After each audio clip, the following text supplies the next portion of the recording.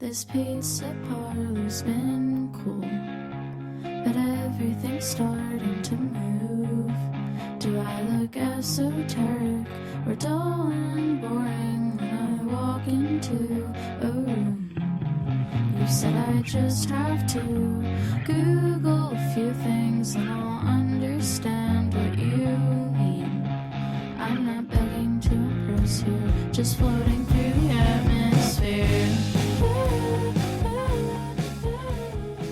Dzisiaj mamy przepiękny, słoneczny dzień, jest 27 stopni, jest lato w pełni, jest grudzień. Słucham Beatlesów, mam spuszczone okna w samochodzie. Jadę sobie do Earth Cafe, ponieważ, uwaga, ostatnio zaczęłam oglądać serial na bazie Los Angeles, chyba ma 8 sezonów. Ogląda się to jak plotkarę, jak, nie wiem, po prostu to jest taki, wiecie, stary serial, jak kiedyś wychodziły. I niesamowicie gloryfikuje Los Angeles. I odkąd zaczęłam oglądać, dosłownie widzę Los Angeles w innym świetle. Po pierwsze, muszę sobie przypominać, że to jest serial. Po drugie, Los Angeles kiedyś wyglądało inaczej. I wszyscy zawsze mówią, że Los Angeles to już nie jest to samo, aktorzy już nie biegają po ulicy. Ogólnie ja uwielbiam oglądać cokolwiek o Los Angeles, czy to jest film, czy serial, zwłaszcza będąc tutaj, czy sobie ponownie oglądać jakieś rzeczy, na przykład jak Californication albo Big Lebowski. Jedna rzecz w tym serialu, w ogóle jest mi tak gorąco, bo klimatyzacja mi przestała działać od wakacji i muszę ją naprawić. W tym serialu ci 4 chłopaków, bo ogólnie, może powiem o czym jest ten serial. 4 chłopaków z Queens przeprowadzają się do Los Angeles. Jeden z nich jest aktorem, któremu bardzo dobrze idzie.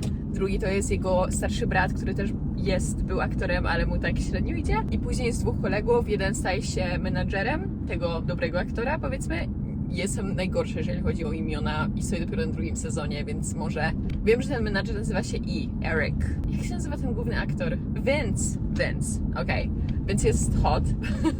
Vince jest hot. Więc przeprowadzają się do Los Angeles, są w tej film industry. Jest pokazane, jak wygląda ich życie po prostu tutaj, gdzie szukają ról i wszyscy też są pod wachlarzem tego aktora, który pracuje, Vince. A oni, reszta wiecie, nie zarabia, tylko tak żyje na nim, że tak powiem. Mój telefon się wyłączył, ponieważ jest tak gorąco. Nie wiem, lubię sobie iść do tych miejsc, które oglądam, które znałam, pamiętam, które pojawiają się w filmach, serialach. Wracając do serialu. Akcja toczy się w Los Angeles, oni mają różne przygody, dużo jest tam imprezowania, chodzenie, wiecie, na pool parties w góry do Hollywood Hills, Bel Air, albo się coś dzieje z jakąś dziewczyną, z aktorką. Jest to taki odprężający, odmurzający serial, bym powiedziała. Jestem w niego wciągnięta i właśnie oni zawsze chodzą do Earth Cafe i tam siedzą i miałam takie... Nie wiem, kiedy ostatnio byłam w Earth Cafe, to nie jest moje ulubione miejsce. Było to bardzo znane i popularne kiedyś i pamiętam, że jak ja oglądałam YouTube'a 2016, 17, 18, to też wiecie, tam było mnóstwo paparazzi i ja to oglądałam. Że Alyssa Violet tam chodziła, Chantal Jeffries, jakby wszystkie modelki, influencerki, Victoria's Secret, Bella Hadid, Kendall Jenner. Powoli sobie tak podsumowuję ten rok i planuję 2025. I wiecie co, ostatnio się złapałam na tym, że boję się ustawiać jakieś cele. Boję się, wiecie, zapisywać czy wymyślać jakieś takie moje goals na najbliższy czas, bo boję się, że to się nie spełni. Boję się, że będę coś chciała i później się to nie uda i będę odczuwała duży zawód i nie chcę tego, czy będę miała jakieś poczucie porażki, że coś mi się nie udało, coś co chciałam. I zaczęłam właśnie tak pisać o tym i reflektować, że lepiej robić coś i się bać, niż nie robić, bać się i jeszcze myśleć, co by było gdyby i tak dalej. I mam z wieloma tak rzeczami, że chciałabym coś robić, ale boję się tej porażki i myślę, że to jest coś, co ogólnie blokuje bardzo dużo osób przed robieniem jakichś rzeczy, czy nowych rzeczy. I mam tak na przykład z moim kanałem angielskim, że co chwilę chcę to robić i czuję, jakby w środku mnie czuję, że chcę to robić. A z drugiej strony tak bardzo boję się, nie wiem czego się boję. Boję się, że nie uda mi się, nie wiem, bo to jest jeszcze takie nieracjonalne, ten strach. Więc tak, o tym reflektowałam i robiłam jakieś plany. I nagram też odcinek podcastowy za niedługo o planowaniu nowego roku, tak żeby nie przestraszyć się.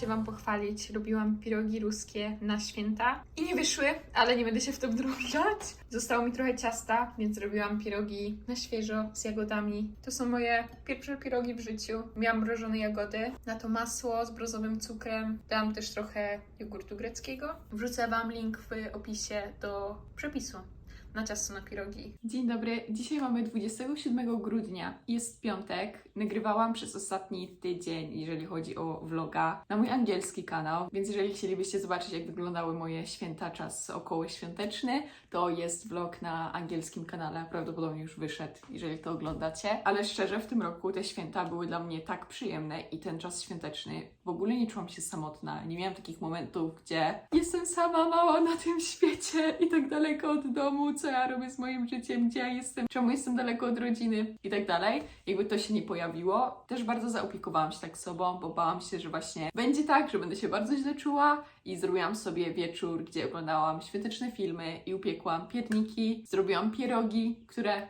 powiedzmy, że wyszły, nie wyszły, ponieważ skleiły mi się całe w lodówce. Jeżeli ktoś kiedyś robił pierogi albo nie robiliście, to uprzedzam, jeżeli chcecie dać je do lodówki na noc, to nie układajcie na kubkę.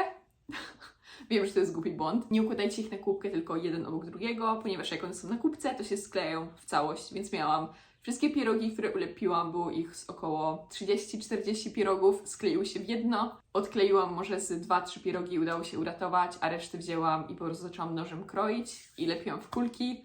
Mogłam to całe wyrzucić, ale nie chciałam, bo dużo pracy w to włożyłam. Zrobiłam fajne nadzienie z twarogiem, z ziemniakami, z cebulą smażoną. Odcinałam kawałek, robiłam takie kulki i później do zamrażalnika i jadłam te moje kulki pierogowe i dalej to smakuje jak pieróg, jest bardzo podobny, no tylko nie wygląda zbytnio estetycznie, ale i takie wszystkie zjem. Zostało mi też trochę ciasta i wczoraj zrobiłam pierogi z jagodami. Moje święta spędziłam z moim bratem i z jego współlokatora rodziną. Ogromna rodzina, mnóstwo dzieci, mnóstwo jedzenia. I cieszę się, że spędziłam święta z moim bratem. Na sali spotykałam się ze znajomymi, robiłam tutaj sobie jakieś porządki. Też teraz szukam współlokatorów do mieszkania, więc dużo pisania. Pochodziłam sobie na różne hajki i ten czas tak spędziłam sama, ale nie samotna. Dużo mi pokazuje, że ja miałam też taką ogromną sprawczość, że ja sobie zadbałam o to, żeby było mi po prostu przyjemnie.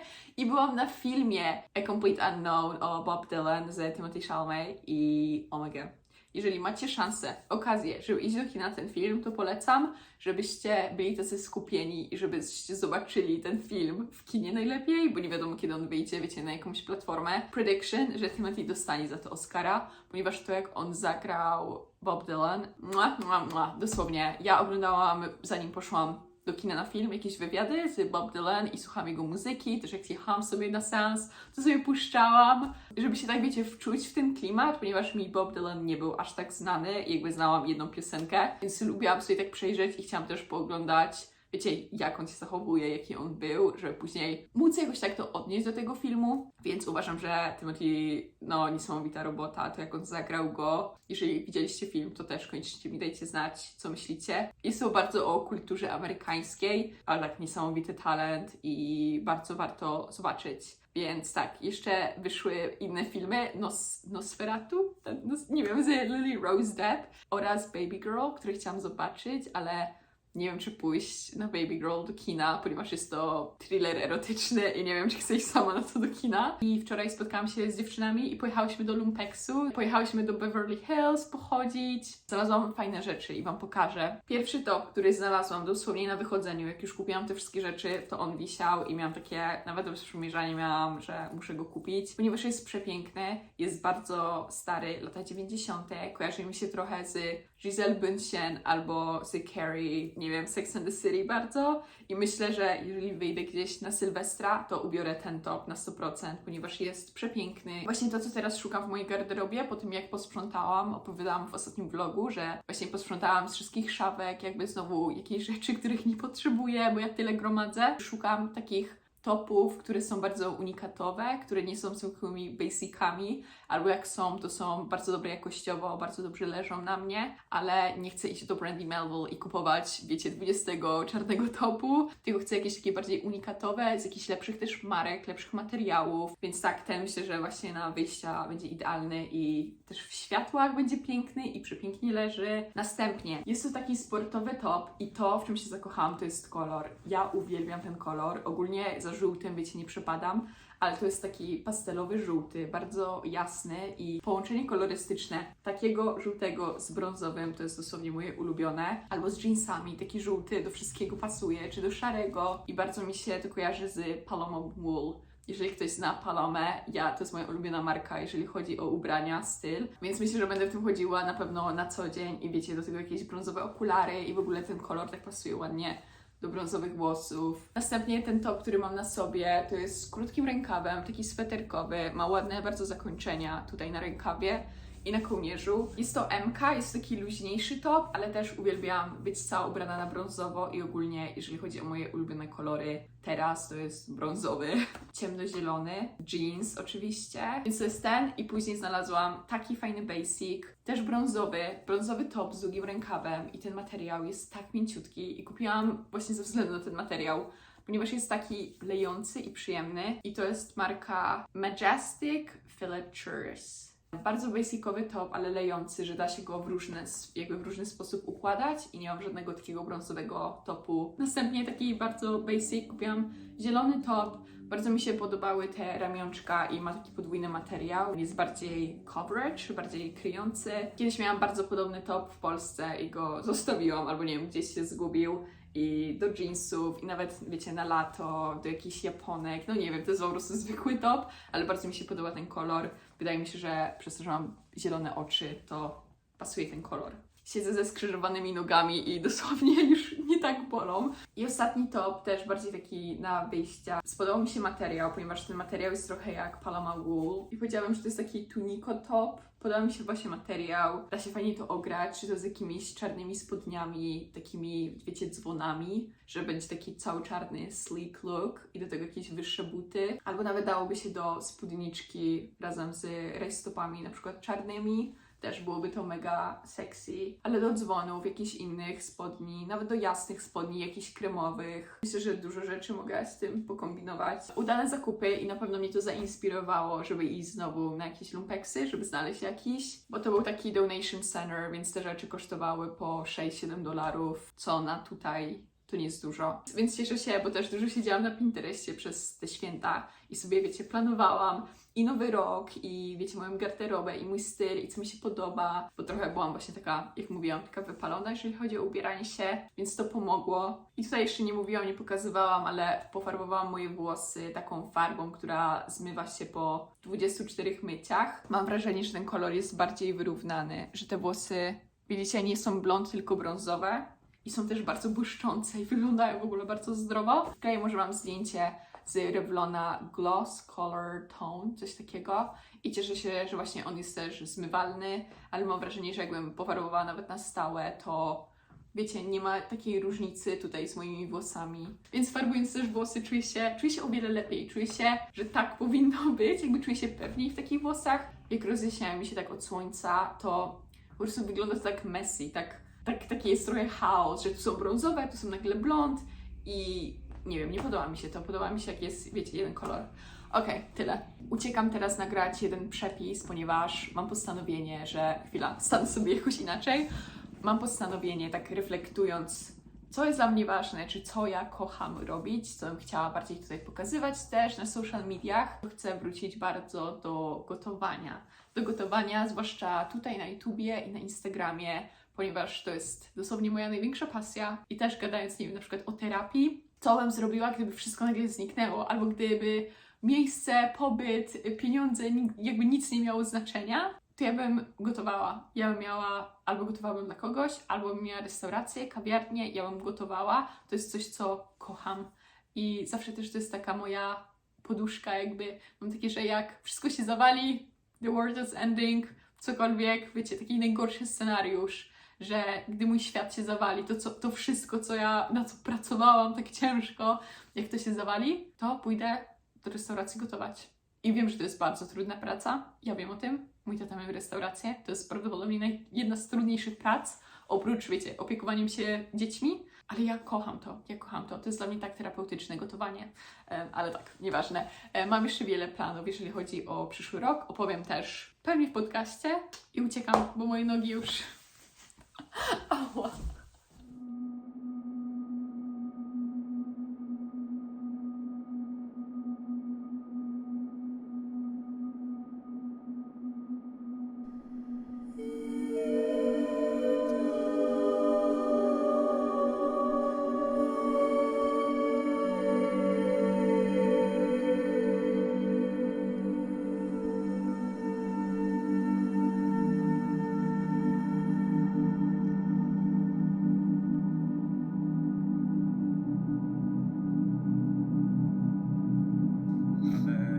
Prezes firmy chodził osobiście i Żarty zostałem się pogrzebany, skończyły. a mój nagrobek...